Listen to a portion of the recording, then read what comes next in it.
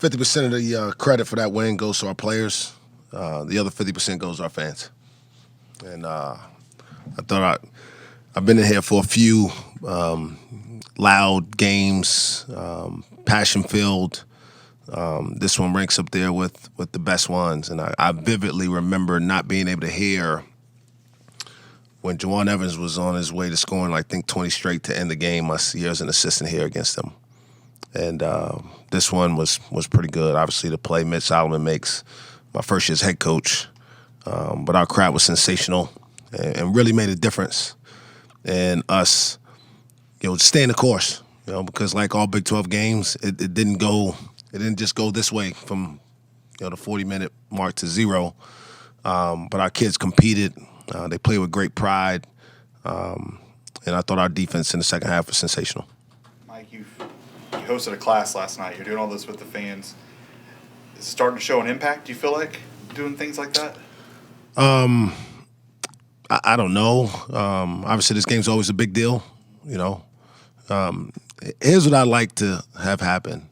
I'd like our fans to do that every game and to show up and watch their team compete. Because that's what you see when you go to elite basketball programs. And we haven't performed at an elite level consistently. I understand that. So this isn't in any way a dig at our fans. I'm just telling them that they could make the world of difference for us every single night. And I think their impact was felt tonight. So as far as the students and what we did last night, everything helps. Every little bit counts. I think them feeling like, it's important enough for me to take some time with them, to talk to them, to sit down with them and ask them where they're from and talk to them about what their hopes and dreams are for after college. Gives you a little bit buy-in. They feel like, there's some skin in the game on our side. So, again, they were really, really a big deal. And I told our team this, not to get ahead of this game. I've watched everybody in our league play multiple times. I think the best team that I've seen play is coming to here Saturday. So, if tonight gave us a hump, we need another hump on Saturday. So we need them to come back Saturday 1:00. Mike, what went into the decision to start Woody tonight? A lot of factors. Obviously, we've been struggling offensively. There's no question about that. Woody brings a lot of versatility to our lineup. And so thought we'd give him a shot, give us an opportunity to maybe space the floor a little bit more for Caleb. He's a guy who can also be a three-point shooting threat. He made a couple tonight. He can give you a chance to be more switchable defensively. He's kind of your traditional, and Marshall and I kind of talked about this before. You're kind of today's modern version small ball four-man. And everybody in our league's got somebody like him that's a prominent player on their team. And so, especially when you lose Musa and the dynamic nature of his play, what we were doing for the last three games obviously wasn't working. So it was time to look at something different. But, credit to him. He responded. Not everybody steps up and then goes out and performs the way he was able to. And, credit to him for accepting the challenge, preparing himself the right way, and then going out and executing. Sherfield had 15 in the first half, didn't score in the second. You used Avery and CA5 on him. Just what did you think of the way you defended him half to half?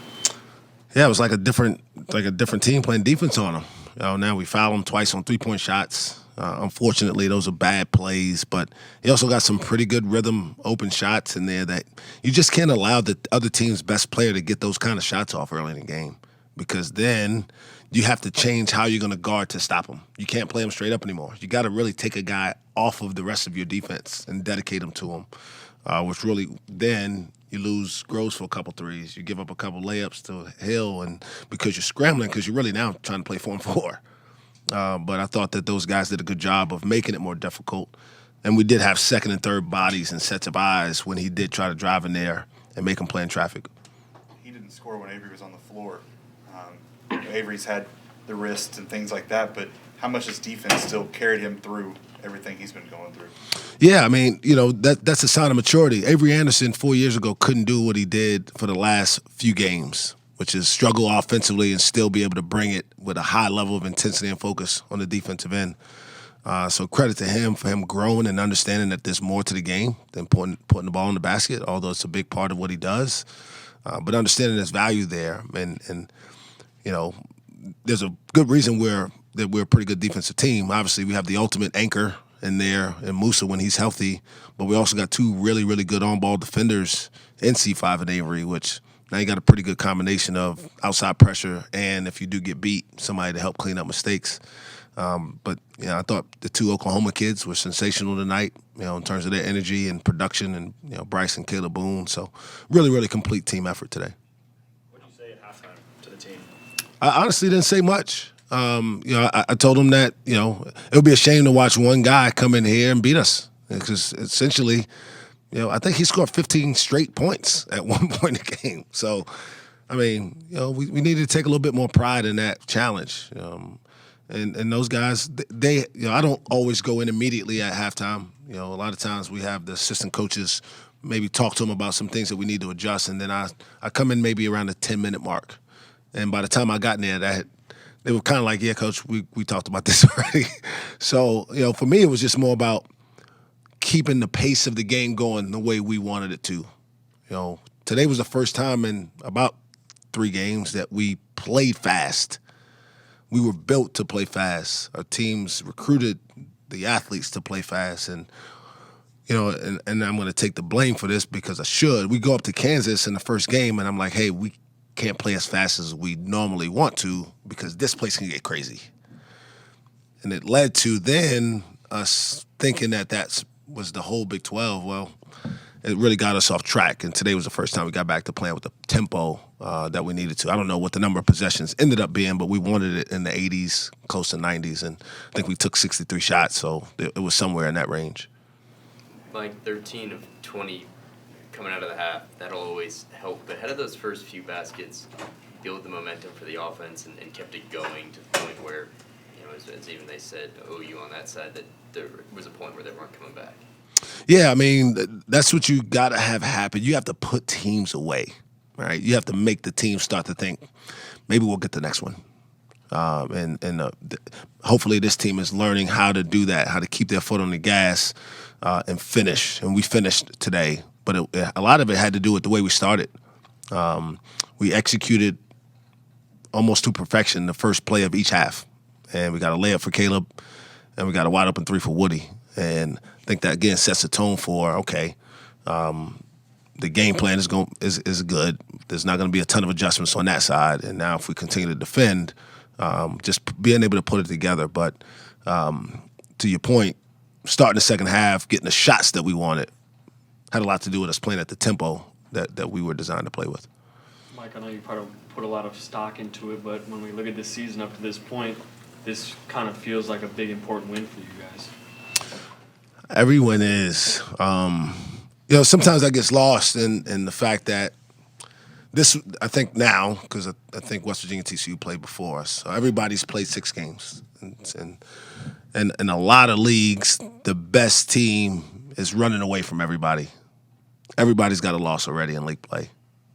Sometimes you get to somebody's 12-0 or 10-1 or whatever it is, and no, this thing's gonna be a fight all the way to the end. It's an 18-minute heavyweight bout, and you just can't get caught up in what this game is going to mean for the next one. The second hardest thing you can do in this league is look ahead. The hardest thing you can do tomorrow is look back. Because you got to focus on now. You got to get better in practice tomorrow. And if you don't prepare the right way for your next opponent, then you're probably not going to win. It's really that simple. Every game's going to be its own entity. And I'm glad we were able to get this done in front of our fans with our students back, because now we can try to have another good crowd on Saturday, have 2 more days of good prep, and then we'll have to play really well on Saturday at 1 o'clock against a team that's, again, playing as well as anybody in our conference.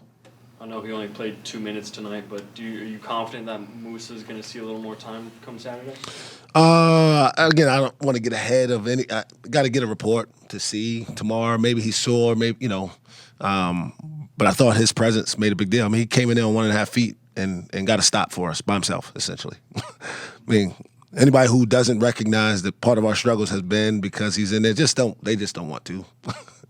He's the most dynamic player in our league, period. There's some other guys who are much more talented offensively, but no one can impact the game without touching the basketball like he can. And I'm talking both ends of the court because you're like, hey, you don't throw it to him that much. He only averages 9 points a game. But because he's a lob threat, every time he sets a screen, someone has to come help. That's where you get open threes from. Guys get fouls. He gets offensive rebounds, kickouts for us. Man, he just makes so many things happen. So we need to get him healthier. I hope he's better tomorrow. We'll check that out when we come to practice. But I'm thankful he was able to go out there because I think for our team psychologically it was good to see him go out there. I think for our fans it was kind of a jolt of energy, and there was a time we were struggling a little bit and we needed it. You talked in here about how you want to get Woody playing with more confidence. How important could a game like this be? Career high 12 points, 4 down the road, playing with more confidence. Yeah, I mean, you hope, right? Your confidence is only as good as your work, though. We talk about that every single day. Confidence comes from work. You feel good about performing when you know that you've spent the time and invested in what it's going to take to have success. When you don't, you're just hoping. And so then when it doesn't go well, subconsciously you're like, maybe I shouldn't really be out here. It's kind of like not studying for a test. You go take the test, and you're like, I don't really know that answer. I'm going to put something down because it's probably better than leaving it blank, but you're not really confident that you're going to have it right. So when you study, which I hope whoever students in here study, right, for their tests, you feel much more confident in the way you're going to perform. So it's really no different. And tonight, I hope it's validation for him that the work he put in to prepare for today is something he can build on. Coach, when Bryce hit that wing three coming out of the timeout, I mean, you ran after him almost all the way to half court, yelling at him all excited. Do you remember what you said to him, or was that more? I probably didn't say anything coherent, to be honest.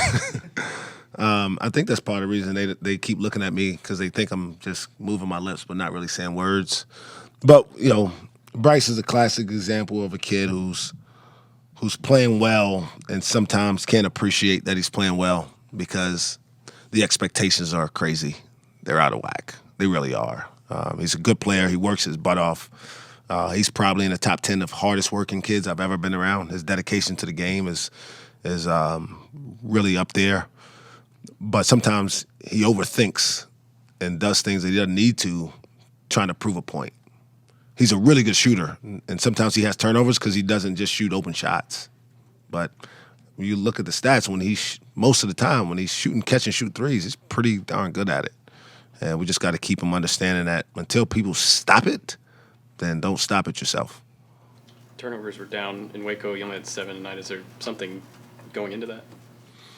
I think the guys are tired of running on the treadmill, to be honest. We actually have to buy a new one because someone, I think, intentionally broke the one we have. But we'll just bring another one in here.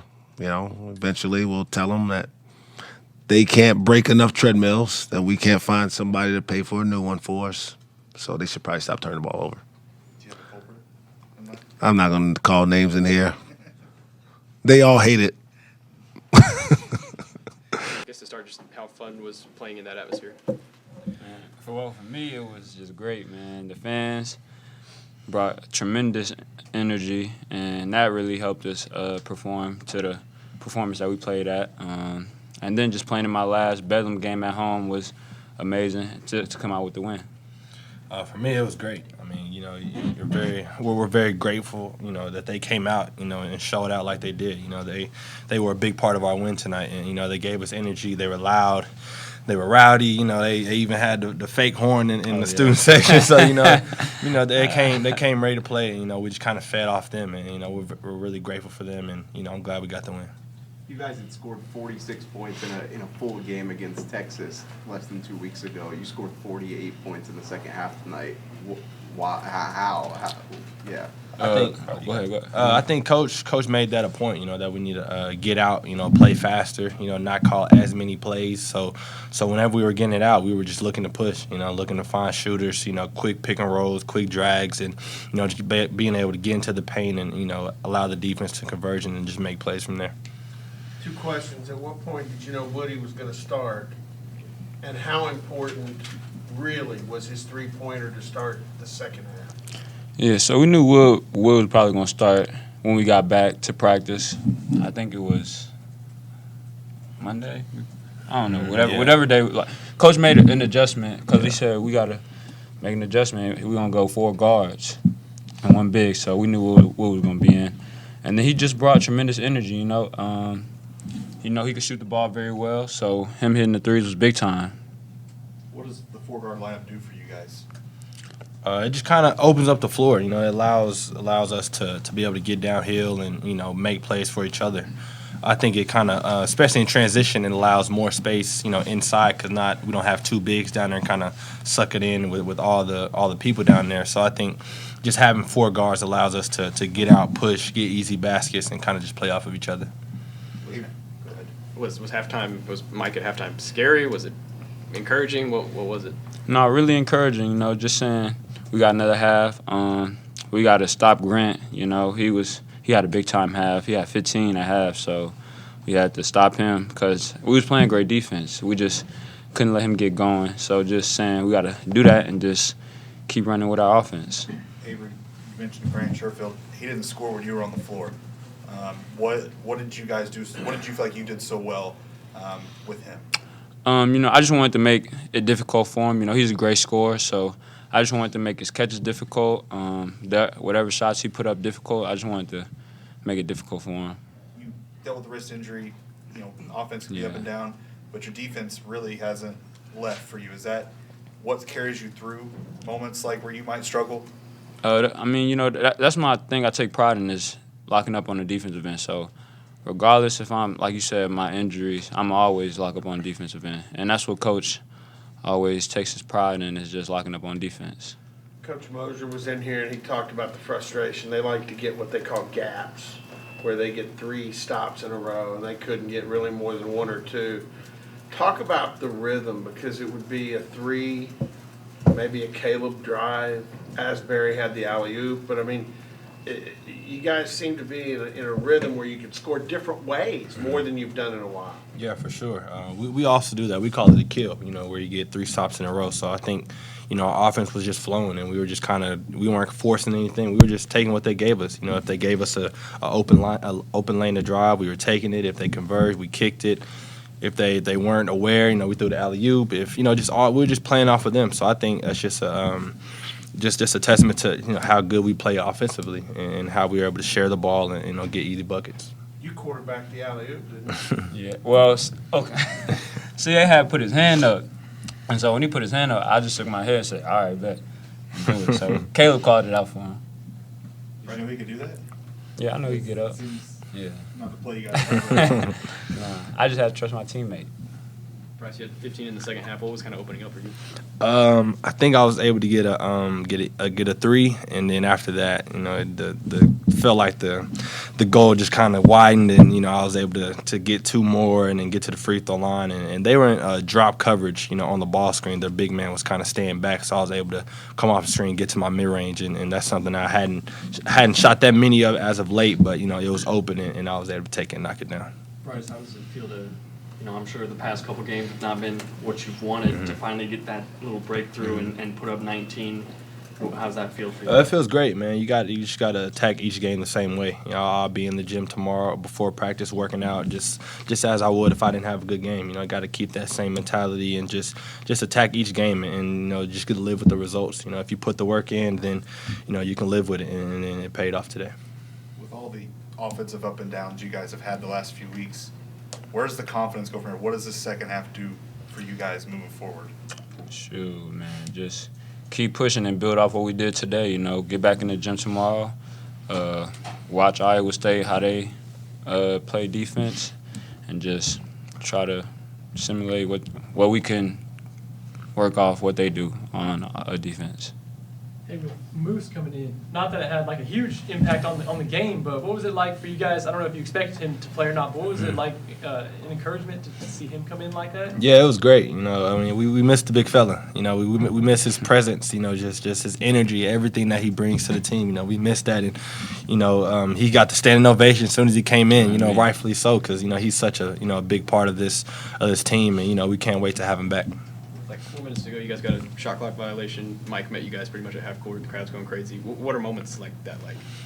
Those are big. Those are the ones. You talking about their shot clock violation? Oh yeah, those are the big. Those are the game changers. Those are the ones. The crowd gets into it. Their coaches yelling. Because that's coaches don't like when you get shot clock violations. So whenever we were able to do that, it was a big momentum change for us, and we just kind of kept building it and was able to put them away. And the crowd got rowdy too, so that was even more energy for us.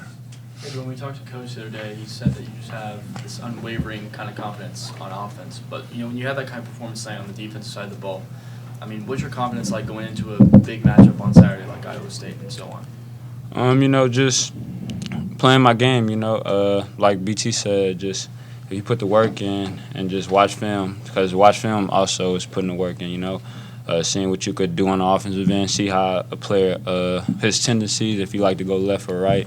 So just really putting the work in for real.